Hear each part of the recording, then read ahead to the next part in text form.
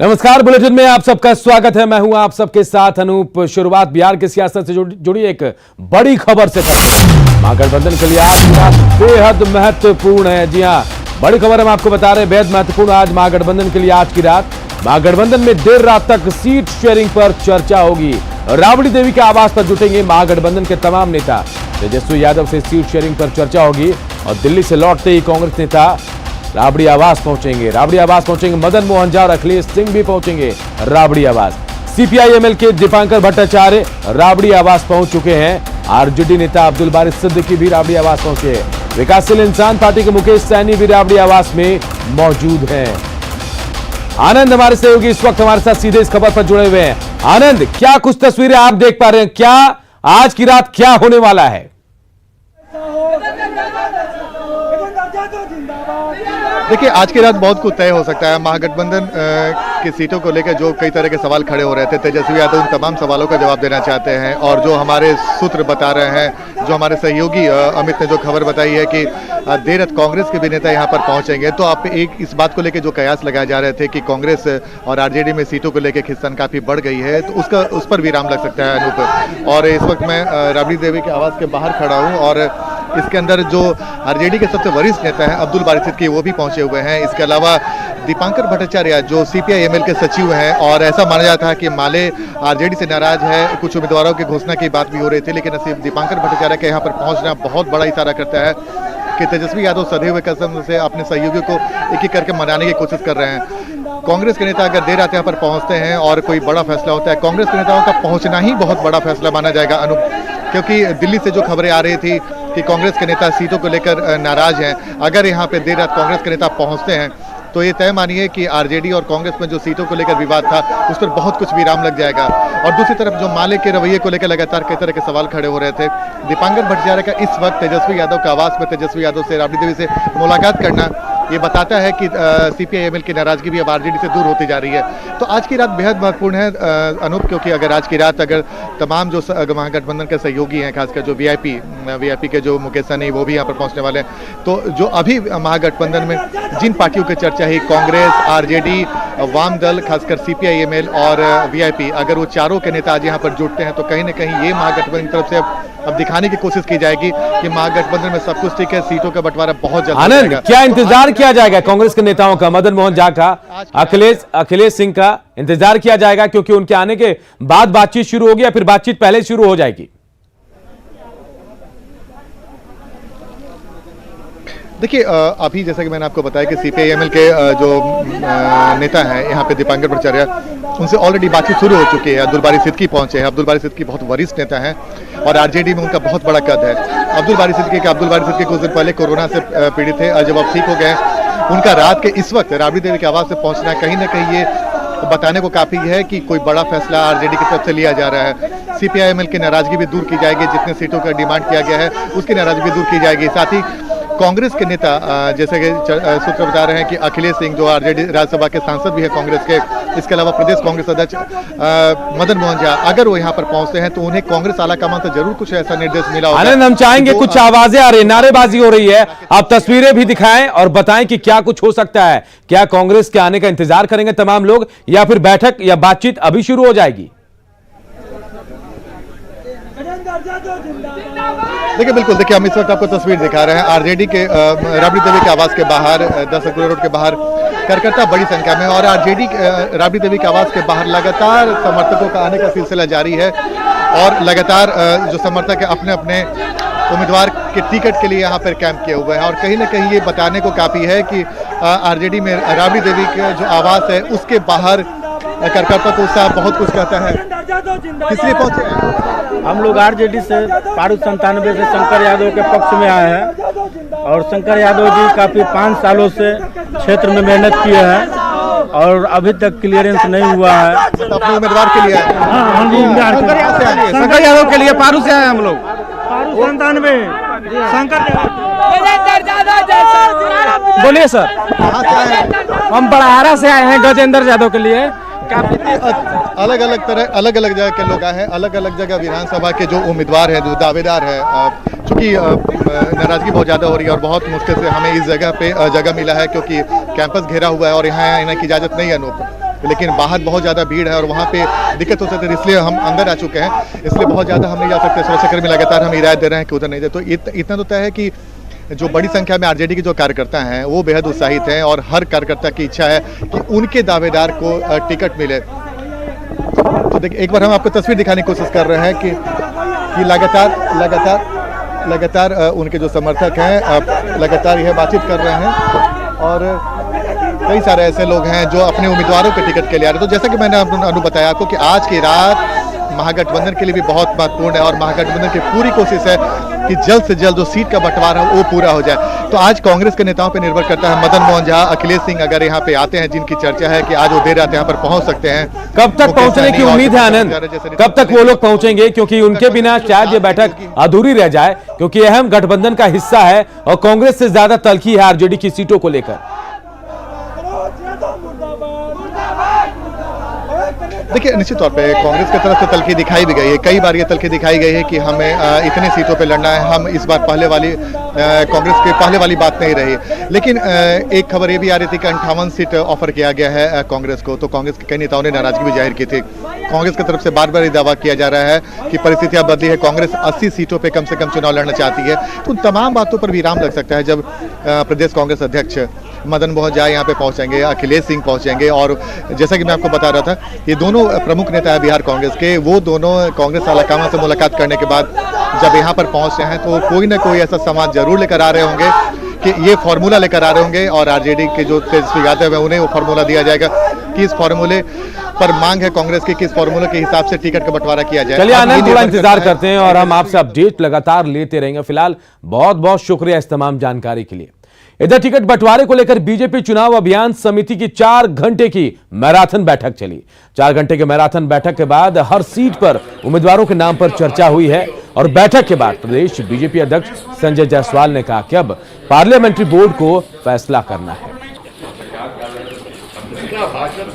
समिति में विस्तृत चर्चा हुई और बहुत ही सकारात्मक चर्चा हुई है और हम अपनी सारी बातें अब पार्लियामेंट्री बोर्ड के सामने, सेंट्रल चुनाव समिति के सामने रख देंगे। क्योंकि आज से नॉमिनेशन शुरू हो गया था, इसलिए हम लोगों ने विस्तृत चर्चा करके सारी तैयारी कर ली है।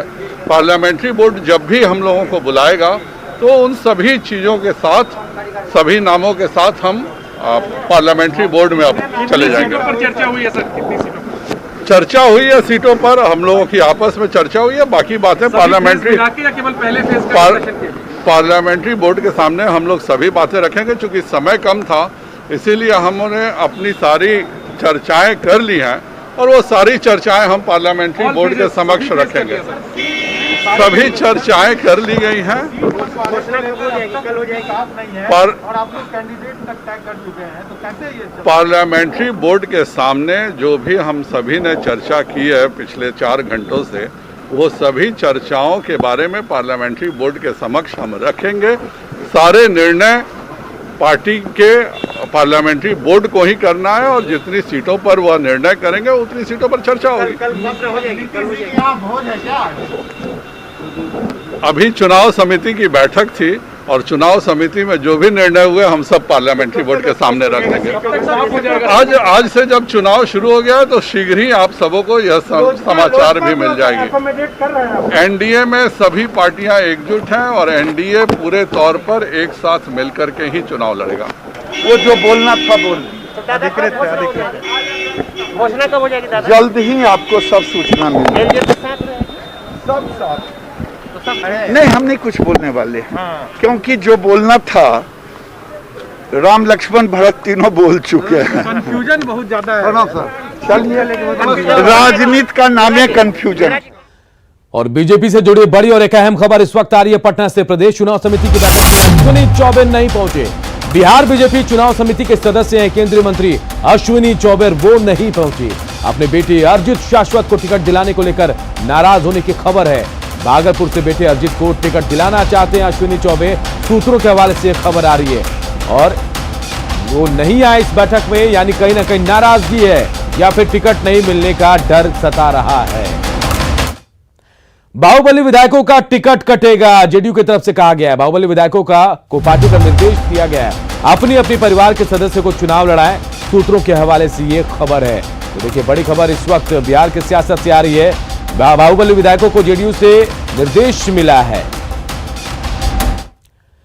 बिहार विधानसभा चुनाव को लेकर निर्वाचन आयोग की टीम पटना से दिल्ली लौट चुकी है। 3 दिनों तक बैठकों का दौर चला। जिले से लेकर राजधानी तक के बड़े अधिकारियों के साथ मीटिंग हुई। दिल्ली से लौटने से पहले मुख्य निर्वाचन आयुक्त ने प्रेस कॉन्फ्रेंस भी की। मुख्य निर्वाचन आयुक्त सुनील अरोड़ा से सवाल पूछा गया कि कई मुख्य अधिकारी सालों से मुख्य पदों पर बने हैं, तो उन्होंने कहा कि गलती हुई तो हम एक्शन लेंगे।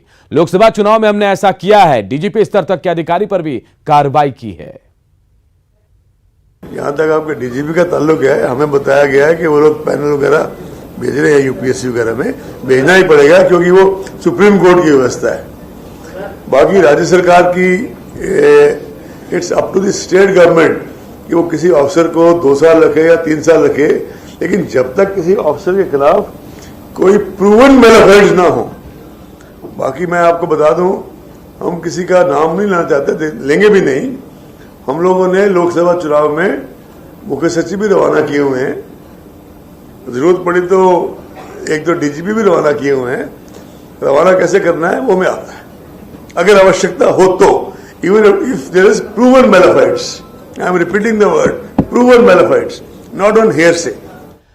और बिहार की सियासत से जुड़ी एक और बड़ी खबर इस वक्त आ रही है। राबड़ी देवी के आवास पर डिनर डिप्लोमेसी हो रही है। जी हां, महागठबंधन में सीट बंटवारे का फॉर्मूला तय होगा। डिनर के बीच चर्चा होगी, शेयरिंग होगी और डिनर टेबल पर सियासी तल्खी भी दूर होगी। सूत्रों के हवाले से बड़ी खबर इस वक्त आ रही है। तमाम बड़े नेता वहां पहुंचे हैं महागठबंधन के, और देखिए दीपांकर भट्टाचार्य पहुंच गए हैं और मुकेश सहनी पहुंचे हुए हैं। तमाम दूसरे नेता पहुंचे और कांग्रेस के नेता भी पहुंचेंगे, तो तल्खी दूर करने की कोशिश की जाएगी आज।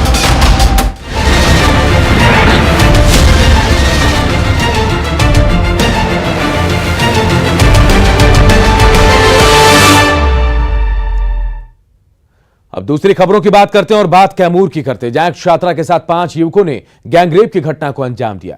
यही नहीं, पीड़ित को झाड़ियों में फेंक दिया गया। आरोपी भाग रहे थे, तभी 2 लोगों को गांव वालों ने पकड़ लिया, जमकर उनकी पिटाई की और बाद में पुलिस को सौंप दिया गया। मामला चांद थाने के एक गांव का है। बताया जा रहा है कि छात्रा घास काटने गई थी और इसी दौरान मनचलों ने अकेले देखकर इस घटना को अंजाम दिया। पीड़ित को सदर अस्पताल में भर्ती कराया गया है।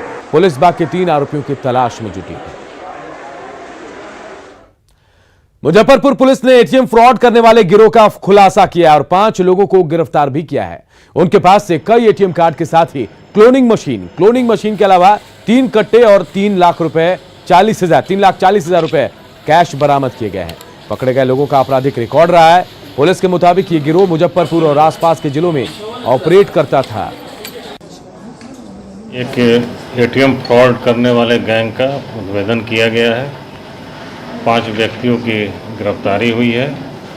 उनके पास से फर्जी एटीएम टाइप के कार्ड, कुछ एटीएम कार्ड और एटीएम क्लोन करने वाली मशीन भी बरामद किया गया। इन लोगों का मोडस ये रहा है। इधर गोपालगंज में दूसरी बार बाढ़ का खतरा मंडरा रहा है। करीब 150 गांव फिर से पानी में डूब गए हैं। सबसे ज्यादा तबाही बैकुंठपुर प्रखंड के फैजुल्लापुर, हमीदपुर, जगदीशपुर, गमारी पंचायत में हुई। दोबारा तटबंध टूटने से लोगों को खाने के भी लाले पड़ गए हैं। ये रिपोर्ट देखिए।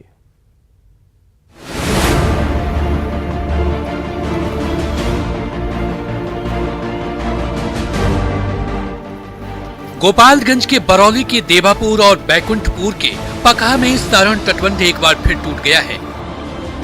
जुलाई से सितंबर के बीच लगातार दूसरी बार तटबंध टूटने से जिले के कई इलाकों में फिर से पानी भर गया है। सैकड़ों घरों में दूसरी बार बाढ़ का पानी घुस गया है।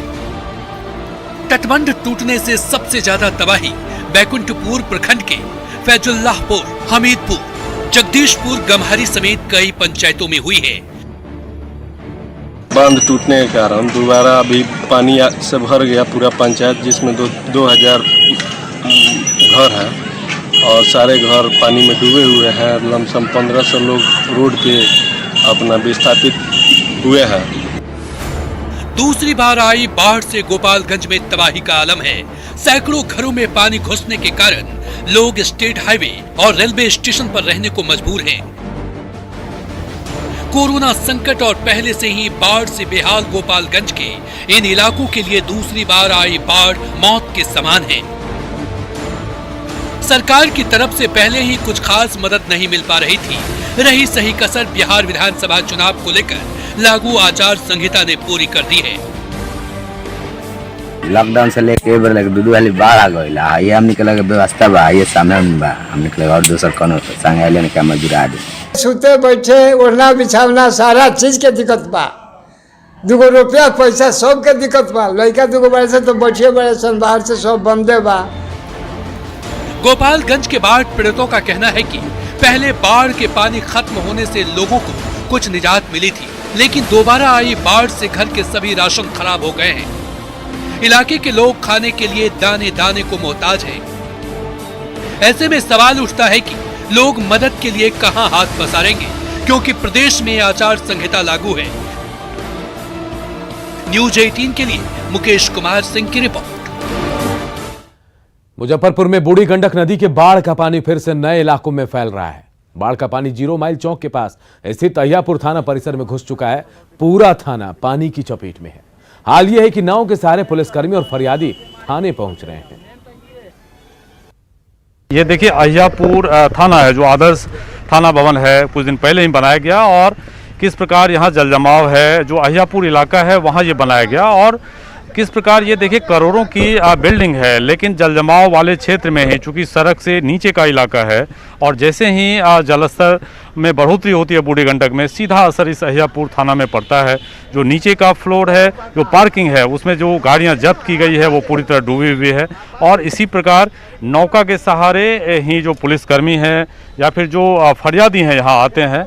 आने जाने में परेशानी हो रही है, और क्या, और कुछ नहीं। नीचे पानी है, बहुत पानी है। अहियापुर थाना के जो कर्मी हैं, पुलिसकर्मी हैं, वो ये आप देख रहे हैं, और इसी प्रकार नौका के सहारे ये जाएंगे। और जो फर्स्ट फ्लोर आप देख रहे हैं वहाँ इन लोगों का दफ्तर है। ये दोबारा जो आई है बाढ़, नाव तो आज से चलेगी, लेकिन कल तक हम लोग पानी हेल करके गए हैं। लॉ एंड ऑर्डर से लेकर के पूरे इलाके के वारदातों को रोकने की जिम्मेवारी, लेकिन खुद पुलिसकर्मी और थाने के जो स्टाफ हैं वो इस जल जमाव के बीच घिरे हुए हैं। ऐसे में एक बड़ा सवाल उठता है कि आखिर करोड़ों रुपए खर्च कर इस निचले इलाके में इस आदर्श थाना भवन बनाने की क्या आवश्यकता थी, किस प्रकार ये हुआ, और कहा यह भी जा रहा है कि जो थाने की का छत है वो भी गिर रहा है भवन का। तो कुल मिलाकर जल जमाव के बीच लोग रह रहे हैं और लोग परेशानियों को झेल रहे हैं। कैमरामैन संजीव के साथ प्रवीण ठाकुर, न्यूज 18 मुजफ्फरपुर। राष्ट्रपिता महात्मा गांधी की जयंती के पूर्व संध्या पर दरभंगा के रामभद्रपुर पंचायत स्थित क्रांति स्थल की सफाई की गई। बीजेपी प्रदेश की कार्य समिति के सदस्य डॉक्टर निर्भय शंकर भारद्वाज ने ग्रामीणों के साथ क्रांति स्थल की सफाई की। लोगों की मांग है कि क्रांति स्थल को विकसित कर धरोहर घोषित करना चाहिए, ताकि सभी लोग इसके बारे में जान सकें। डॉक्टर निर्भय भारद्वाज ने बताया कि इसी जगह पर 1942 में महात्मा गांधी की अगुवाई में स्थानीय लोगों ने भारत छोड़ो आंदोलन में योगदान दिया था। महात्मा गांधी शुचिता, स्वच्छता के प्रतीक, अहिंसा की प्रतिमूर्ति, महात्मा गांधी जिनका आगमन यहाँ 1942 के अगस्त क्रांति में हुआ था, और उन्हीं के दिशा निर्देश में यहाँ के लोगों ने, स्थानीय लोगों ने यहाँ से अगस्त क्रांति 1942 का भारत छोड़ो आंदोलन, उसमें सहयोग करने का काम किया था। महती भूमिका यहाँ के स्थानीय लोगों की थी। उन्हीं की याद में यह क्रांति स्तंभ यहाँ पर स्थापित किया गया था, जिसे आज हम लोगों ने महात्मा गांधी के जन्म दिवस के पूर्व संध्या पर स्वच्छता अभियान चलाने का काम हम लोगों ने यहाँ पर किया है। गांधी जयंती के मौके पर पटना के खादी मॉल ने भी अपनी तैयारी पूरी कर ली है। चुनाव और गांधी जयंती को देखते हुए खादी की बनाई गांधी टोपी की बिक्री काफी बढ़ गई है। खादी मॉल के मैनेजर ने बताया कि नेता मंत्री से लेकर आम लोग भी गांधी टोपी खरीद रहे हैं, और साथ ही कुर्ता पायजामा और बंडी की बिक्री भी बढ़ गई है। खादी के कई सामानों पर 10 से 20% की छूट भी दी जा रही है।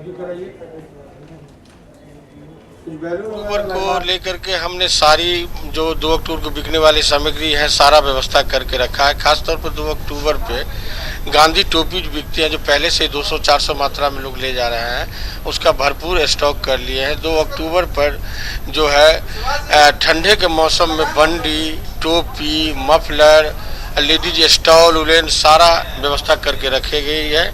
2 अक्टूबर के अवसर पर 10 लाख प्लस बिक्री करने का मेरा